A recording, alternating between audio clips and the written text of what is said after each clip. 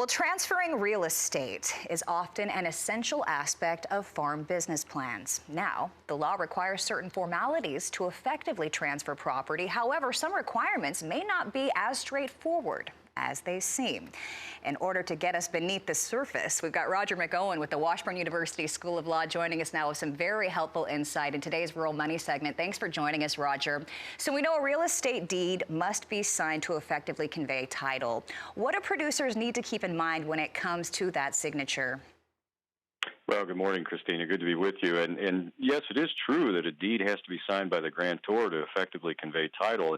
That may seem like a pretty simple requirement to satisfy, but you wouldn't believe how easily the facts in given situations can get so complex that we lose sight of who must actually sign the deed and who is the grantor. And a lot of times, this comes into play when it's not just a straightforward transfer of an outright, what we call fee simple ownership or complete ownership in the property. A lot of times in farm and ranch settings for estate planning or business planning or tax purposes, we're splitting up that outright ownership, reserving a life estate, conveying a remainder interest, and that's where you can get confusion.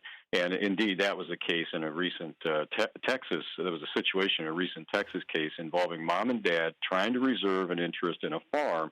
They had 10 kids. They wanted to give a remainder interest, and then things got really messy, and some of the kids signed, some of the kids did not. When mom wanted their interest, their remainder interest conveyed back to her, it created a real mess in terms of who had to sign, and the deed was silent concerning this type of situation, and it ended up in court. Wow, 10 signatures required in that situation. You can see how this can get sticky. Not only must a deed be signed, you don't just put your signature on it and everything's done. You then have to have it delivered in order to effectively pass title. Talk about the delivery requirement.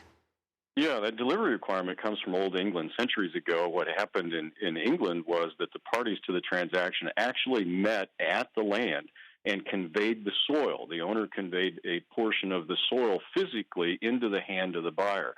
Well, we don't do that formality anymore, but the formality today to signify that we have a transfer is that the deed has to be delivered. Now, whether that means manual delivery or recordation depends on state law.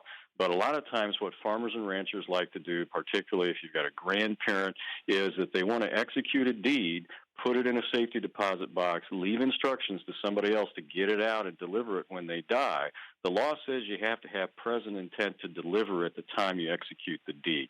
People have to watch that. Now, in some states, if somebody actually goes out and records it before the decedent dies, that'll be effective to convey title. Other states, not so much. But it's those funny type situations that really cause concern. Absolutely. Really appreciate you joining us weekly to sort these situations out, protecting us and our finances. Roger McEowen with the Washburn University School of Law, thank you so much for your guidance.